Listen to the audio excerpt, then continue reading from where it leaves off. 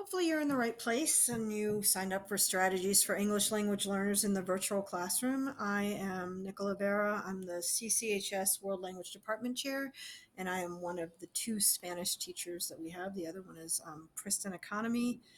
I am a teacher currently of Spanish as a foreign language, which is not exactly the same as an ESL teacher. I've taught ESL in the past, but not since about 2005. I've taught middle school ESL and adult ESL. But there are some similarities between foreign language and second language teaching. So, you'll hear me talk about a little bit of the similarities here. The reason that I originally proposed this class because I was on the professional development committee,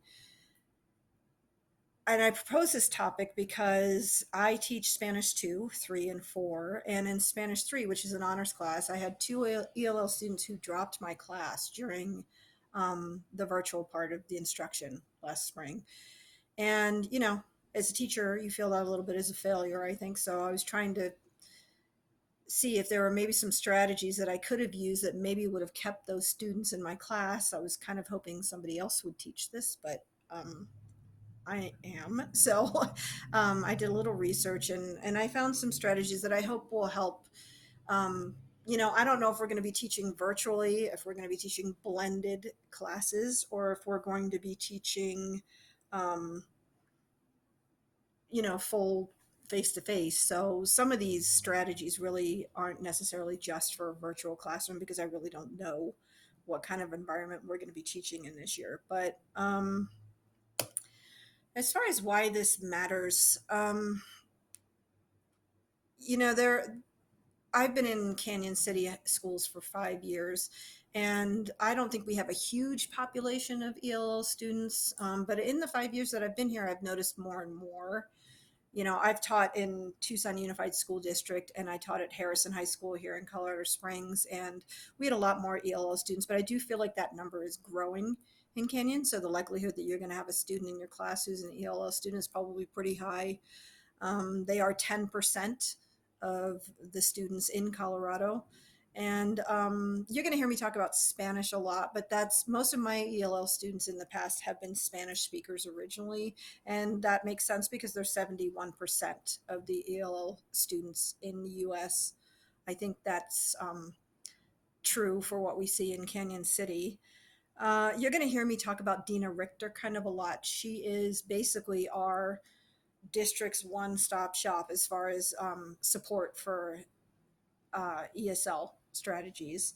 And we're a small district, so we don't have a bunch of ESL teachers. But I would also point out that most districts in the United States don't. If you look at that last part of this graphic, the student teacher ratio for ESL teachers is 150 students to 1. There's not enough ESL teachers anywhere.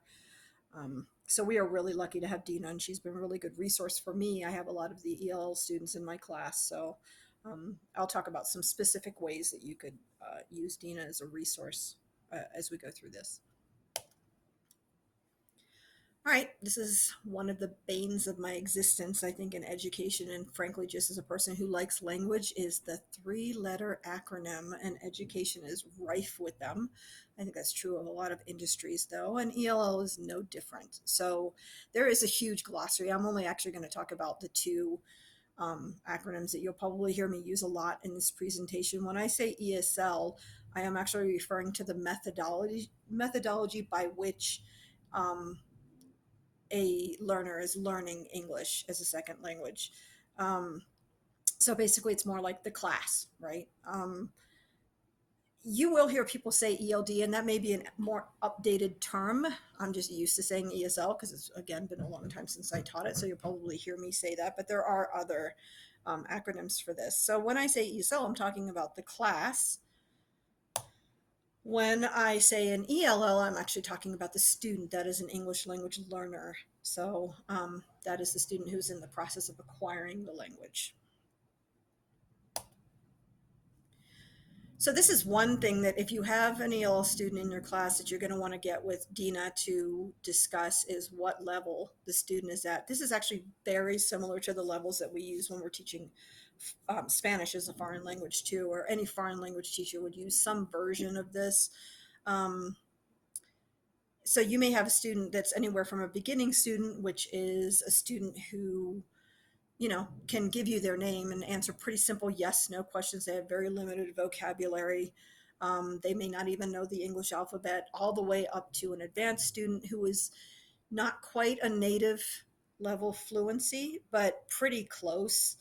They may need some additional support still with things like writing and reading, but they're otherwise pretty close to fluent.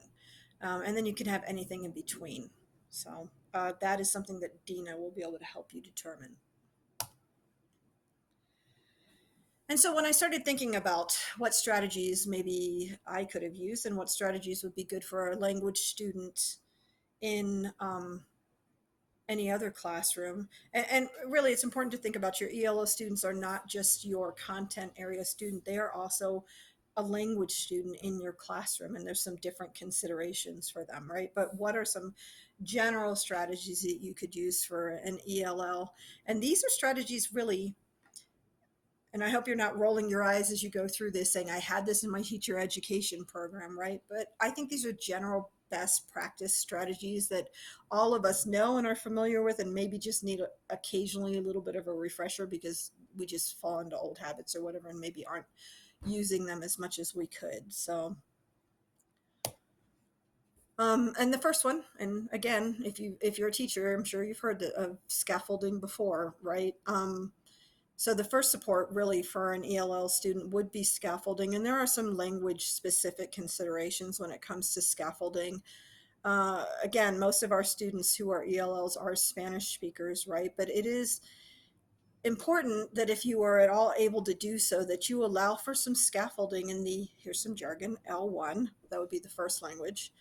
Um, there was a school of thought, and you may have heard of this historically, right? Um, that students used to go to school, and if they were Spanish speakers, they were not allowed to speak Spanish in school, and were sometimes even punished for speaking Spanish in school. If any of you have Spanish speaking relatives who went to school, then they could probably tell you these stories. And there was a school of thought that if you allowed a student to continue to communicate in their first language when they were supposed to be learning a second, that it would delay the development of the second language. That is not true, actually. So what it will do actually is allow the student to continue to be engaged in your class and engaged in the lesson concepts without necessarily just having to think of the language goals, right? Um, and not being inhibited then by the language, they're able to participate in the class. And there is some evidence, if you're doing a writing assignment, that if you allow the early stage pre-writing assignments to occur in the first language, that later in the process, when you are transferring those into the second language, that the end product will be better in the second language. So another important part of this is if you are lucky enough to have two ELL students in a class, it's not always a bad idea to group them. I think sometimes people think, they'll just talk in Spanish and they're not going to, that's not necessarily true. If they're still engaging with the um, content area concepts, then it's okay if they're communicating in Spanish. It's especially helpful if they are at slightly different levels in their English language acquisition. Um, this is again something that you should probably talk to Dina about, because she's going to be a really good resource as far as what students should be grouped and what students shouldn't be grouped. She knows them really well, so she could probably give you some recommendations on that. But group work again can happen in a virtual class setting. It doesn't have to be in person. And another important consideration when you're scaffolding for an ELL would be pre-teaching whenever possible. So if you're doing a class virtually, this might mean getting the articles and the videos to the ELL student ahead of time. Dina Richter, again, excellent resource, right? If you're planning on pre-teaching and giving materials to an ELL student ahead of time, this might be something that you want to let her know so she can work with the student on that pre-teaching part of it. what this does is it will increase the odds that the student will be successful with the material. I mean, put yourself in the shoes of an ELL student who's being presented with new material in a classroom with the rest of the class. So for the rest of the class who are native English speakers, it's new material and it's always a little risky to engage in some way with new material, right? But for the ELL student, there is engaging with the new material on the level of trying to learn the concept and engaging with basically a new lesson in English. Like it's a language lesson for them too, right? I didn't put this on here, but there was a video that I saw when I was doing research for this, and there was an ELL teacher who was experienced, but she said the worst thing you could do is try to teach an ELL lesson on language at the same time that you're teaching a concept lesson. And she gave an example of when she tried to teach some ELLs how to play Go Fish, but had not pre-taught all of the key vocabulary that the kids were going to need to understand the rules. So she was basically trying to teach the language and the concept of how do you play this game at the same time. And the lesson completely fell apart because you can't do both at the same time. So pre-teaching is really important. And again, Dina can give you some pointers on this, but it allows the student to feel when the rest of the class is being presented with the new material, there's a sense of empowerment in that they're not starting one step back from the rest of the class. As far as sentence frames as scaffolding, they're very important, I think, for any student. We're constantly trying to monitor what academic language should look like. So I think if I was especially an elementary school teacher, I would be doing these sentence frames anyway. I'd probably be posting them around the class. But here's a couple of examples. I disagree with what somebody said because this would be science based on the experiment. I can conclude that it's just so that the student has an easy reference as far as what academic language should look like. And it also gives them some starting point to go to as far as organizing their own thoughts in the language. Um, so, it helps with structure, basically. And if you extend sentence framing a little bit further into paragraphs, this is actually, um, there's a few things that are happening here, not just the sentence framing part of scaffolding, but over on the left, there's modeling.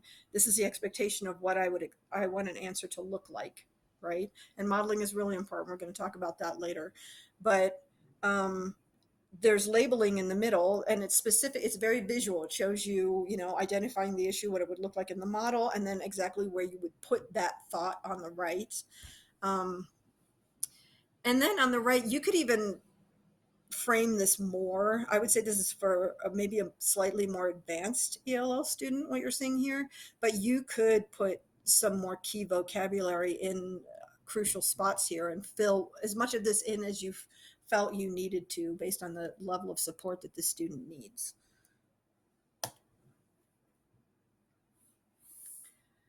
As far as vocabulary, so I think that in a lot of our classes, I mean, we give extensive vocabulary lists in Spanish, right, as a foreign language class. But I know that the vocabulary lists are given in subjects like history classes, I'm sure science classes, different classes where you have to give the students lists of vocabulary that they're going to need to learn before they can handle the lesson. It's important to look at these lists of vocabulary and decide if all of that vocabulary is really crucial to understanding the content or the concept of that lesson.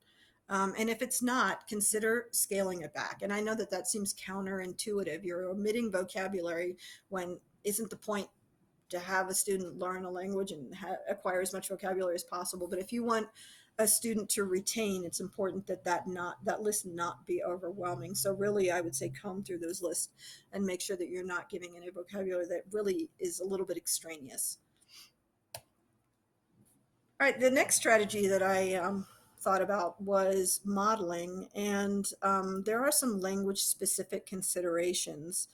It is very important with the ELLs that you monitor your rate of speech. And I know that seems obvious, but when you get excited about a lesson, you're excited about an activity, your rate of speech naturally increases.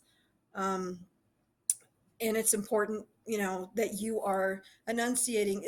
Think about an ELL student while you're speaking, they are trying to parse out separate words, right? And so what happens when you increase your rate of speech is that words tend to blend together into this sort of wall of sound and it can become kind of unintelligible. So you really need to be careful about not speeding up and making sure that you're enunciating. And also your wait time needs to be, you need to take into consideration that an ELL student, when you ask a question, is analyzing the language first and processing that and how, trying to understand it and figuring out how they're going to form a response to that in terms of the language. And then they're also considering again the concepts that you're asking them a question about. So it's kind of a double task, and the wait time is going to be longer. Um, and it's important, to use visual and other non-linguistic cues. We do this a lot in the foreign language classroom. I think it's just habit for us.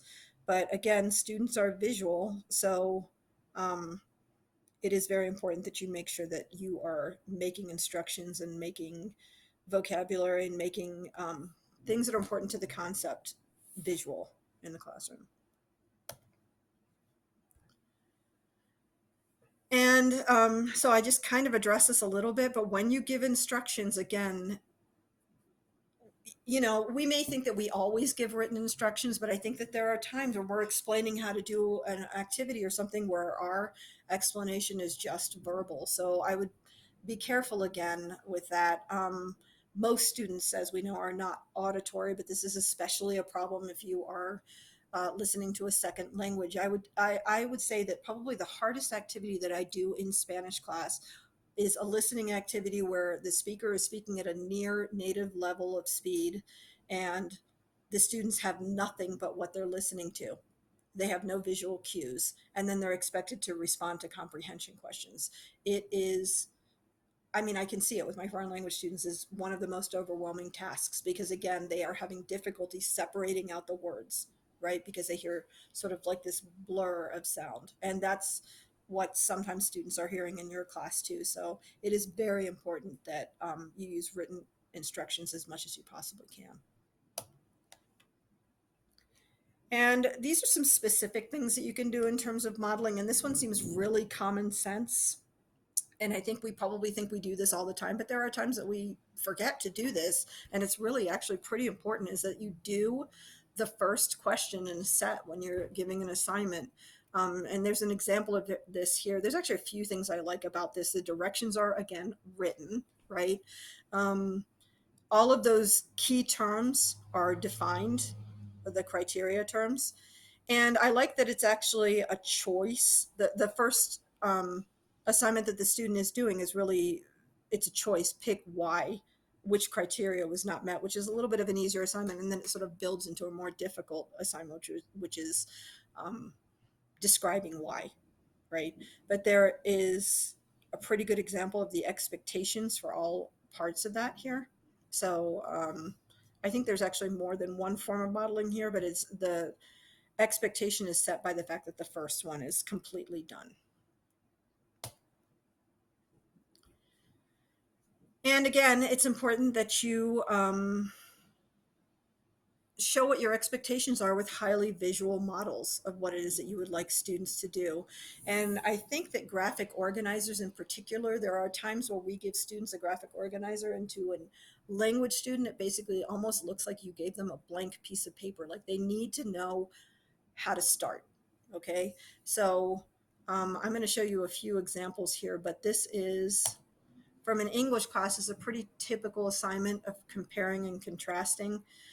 There's a few things I like about this. I like that how you compare it is actually labeled on the side, and then there's examples of each one of those inside of this Venn diagram.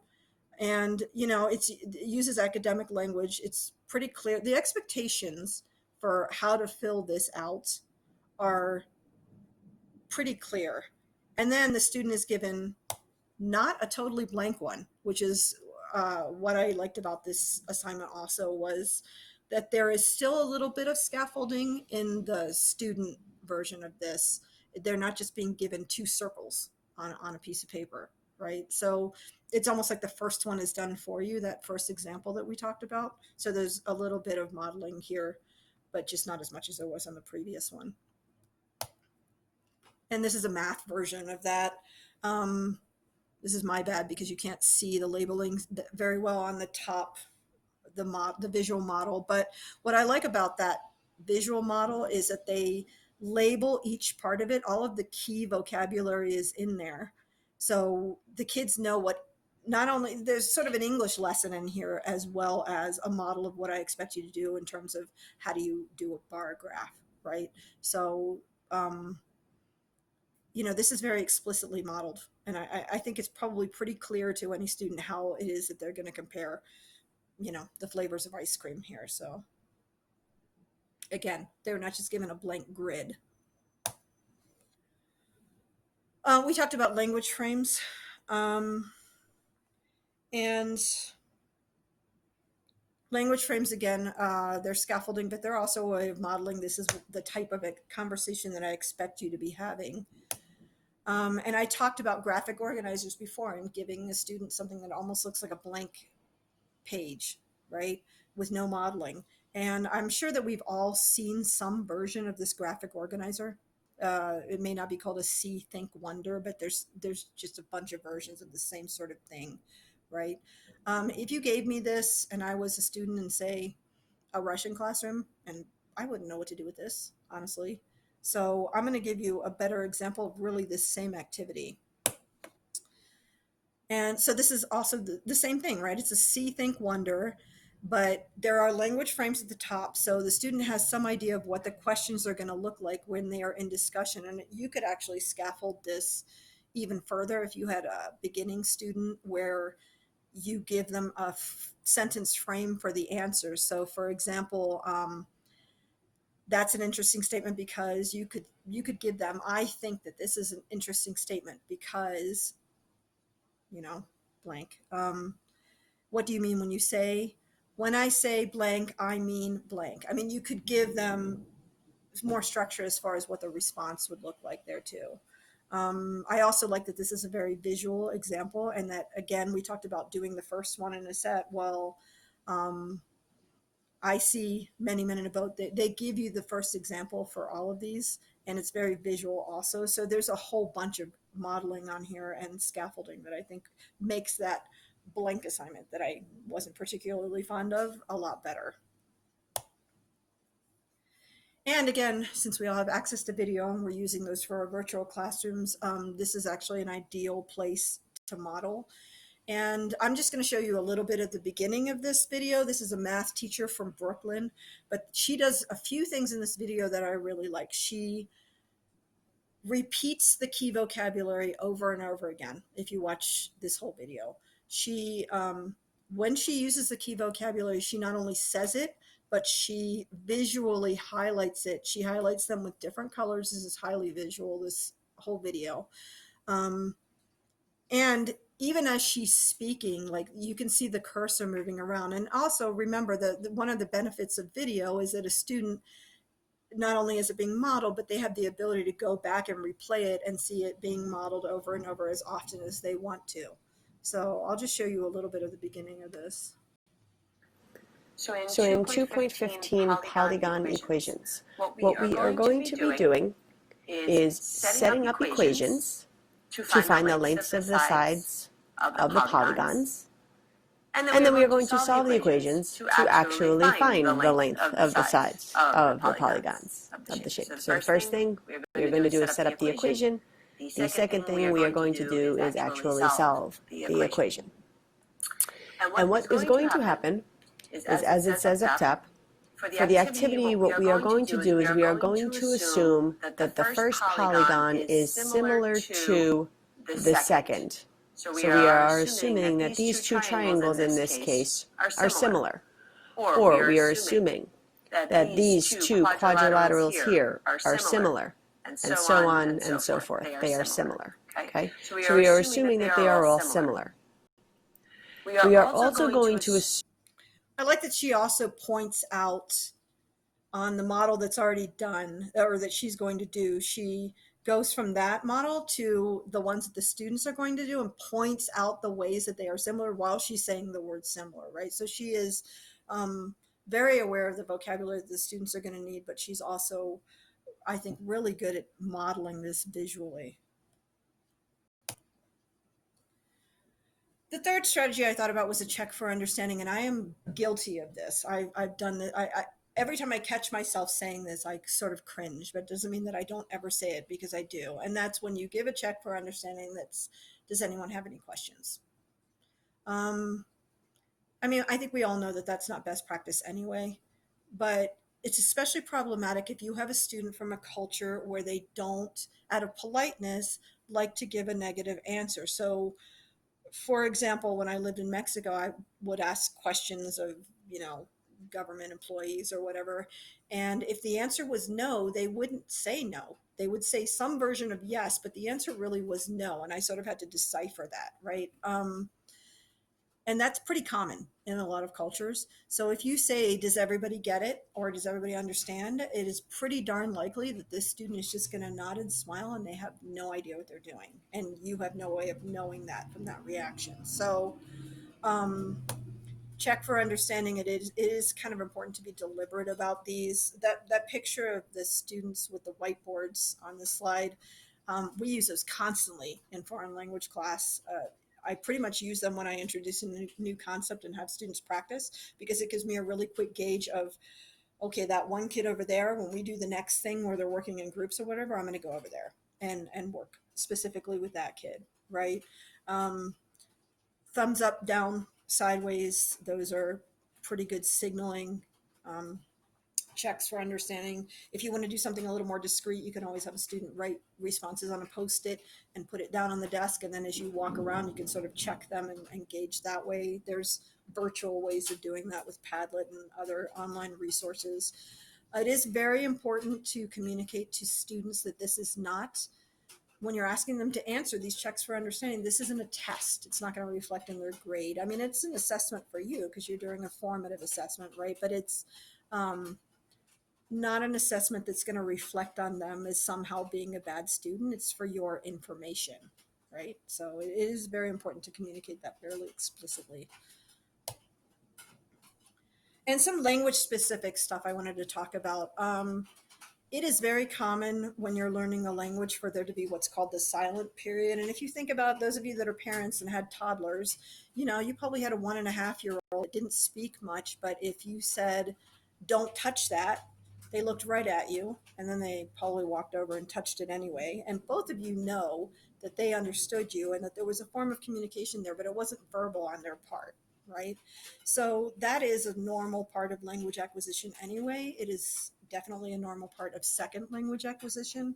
So your job as a teacher is not really to try to force output from a student who's not ready, but it is to provide as much comprehensible input in terms of listening and um, reading activities as you can until that student is ready to produce. Okay. And that silent period could be pretty long if the student is from a culture that is perfectionistic, whether, you know, a national culture or even a family culture, right? That student is going to wait until they feel like they can produce an answer that's error free, and that's going to take longer. So it's important to realize that it's not a reflection. It doesn't reflect poorly on the student. It's actually a natural thing. Um, And as far as vocabulary, so if you're teaching key vocabulary, like if you're in elementary and you're doing a story or something, there's some key vocab that the kids need to know ahead of time. You really need to think about whether or not the vocabulary is very specific to our culture.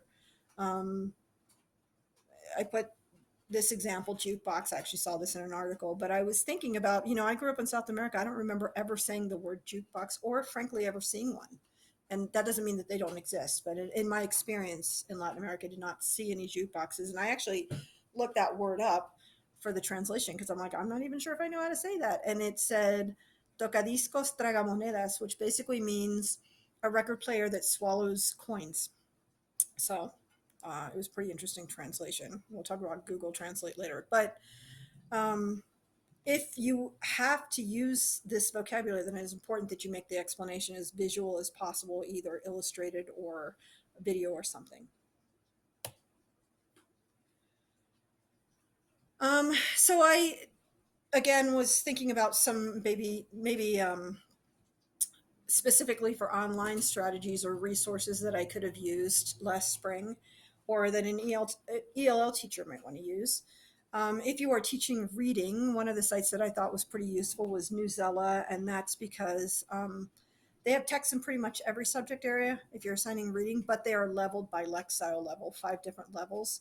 And there's a lot on there. So I would check that out. You do have to sign up. So you have to get an educator account. You used to have to pay for it though. And it's currently free because of COVID. So I would take advantage of that.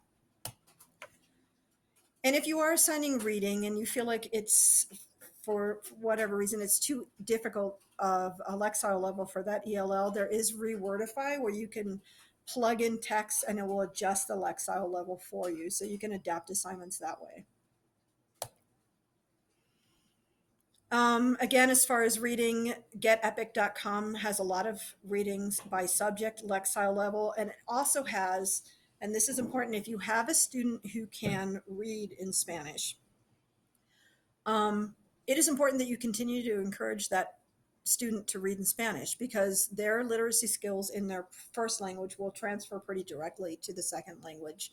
And it's important to keep those, if they've got those literacy skills in the first language, it's important to keep those up. Okay. So if you want to give a Spanish language reading assignment as an alternate assignment, this is a good source because they have a pretty extensive library for younger students.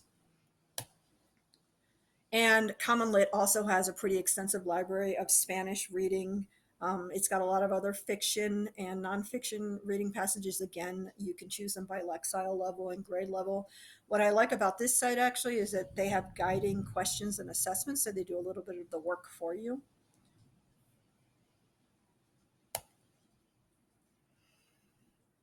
And if you are a teacher that assigns current events or news article type of assignments, newsandlevels.com has current events by, this is kind of nice, by English proficiency level, so not just Lexile level here, but there's a lot of social studies teachers or teachers that do current event assignments, so this will be a way of adapting that assignment to an ELL. At the high school, we do use Khan Academy a lot, and I'm not sure if a lot of teachers realize that there are translated versions of its curriculum in 12 different languages. So if you have a student that you want them to be doing that math practice or whatever on Khan Academy, it is possible to change the language to whatever their native language is. And I also took a look at Khan Academy last year because I was working with freshmen during capstone, and there are some pretty good English grammar activities that they can practice. So if especially if a student's a little more advanced, that might be something that you want to have them look at too.